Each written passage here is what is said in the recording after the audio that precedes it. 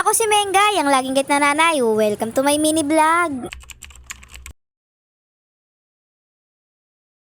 Magandang araw mga kamare. Dahil nga pagod ako kahapon sa pag-e-enroll, ganito nga kakalat ang aming kusina. Hindi ko na nga nagawang maglinis dahil nga sa sobrang pagod. Kaya halika mga kamare, samahan nyo ko maglinis dito sa aming munting kusina. Ito munang ibabaw ng rep ang una kong pinunasan dahil nga ano-anong mga gamit ang nilalagay ng mga kasama ko dito sa loob ng aming bahay. Bala ko nga to bilhan ng cover. Nang matapos ko na ang linisan, yung ibabaw ng rep, ito namang rep ang iuusog ko para mawalisan ko ang ilalim, pati tong ilalim ng washing machine. Pagkatapos inalis ko na tong karton at lamesang nakaharang. Para malinisan ko din tong platuhan namin dahil puno na siya ng tubig. Paano? Itong mga kasama ko hindi sa akin sumunod kahapon. Sabi ko sa kanila, pagkatapos nila hugasan yung plato, itaob nila dun sa planggana. Sa sobrang kapasawayan nila, diniretso ba naman dito sa may platuhan? Kaya ayan, puno ng tubig. Sa mga oras na yan, panay nga ang dakdak ko sa kanila dahil nga mga pasaway. Ako na naman ang mahihirapan. Pero sila ayun, tawa nga ng tawa. Dahil kahit anong dakdak ko daw, ako rin daw ang gagawa. O, diba, mga loko-loko.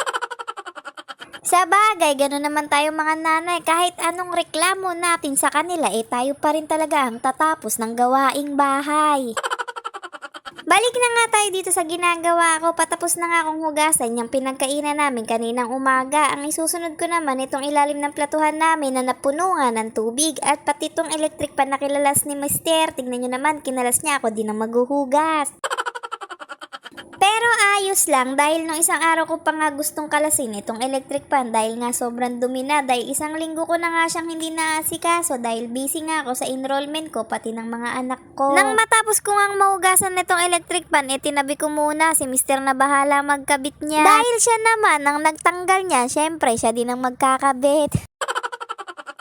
Tapos ko ang mahugasan yung electric pan pati tong tray nung platuhan namin, ibabalik ko na siya. Ito, isusunod ko naman itong lababo namin kasi nanggigitata na siya sa mantika at dumadami na naman yung mga kaibigan kong langgam. Pag naglilinis nga ako nitong lababo namin, inilalagyan ko lang ng dishwashing liquid at saka ng bleaching soap tapos iiwanan ko ng ilang minuto. Babalikan ko para kiskisin at banlawan. Tapos nun, sasabunan ko nga itong mga bote na to pati yung tray para hindi na rin sila akyatan ng langgam. Pero ilang araw lang ang makalipas. Diyos ko po, andyan na naman sila.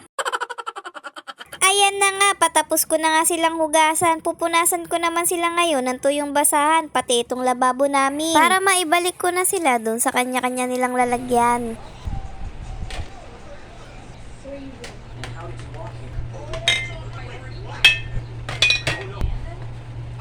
Dito naman tayo sa sahig namin, pinupunasan ko lang to ng basang-basahan na merong Sondrox. Hindi na nga ako nag-floor wax kasi nagbabalak na nga ako maglagay ng vinyl tiles dito. Para hindi na dumagdag sa pagod ko yung pagpo-floor wax. At ayun lang muna for today's video. Kita-kita tayo sa susunod kong mini vlog. Bye!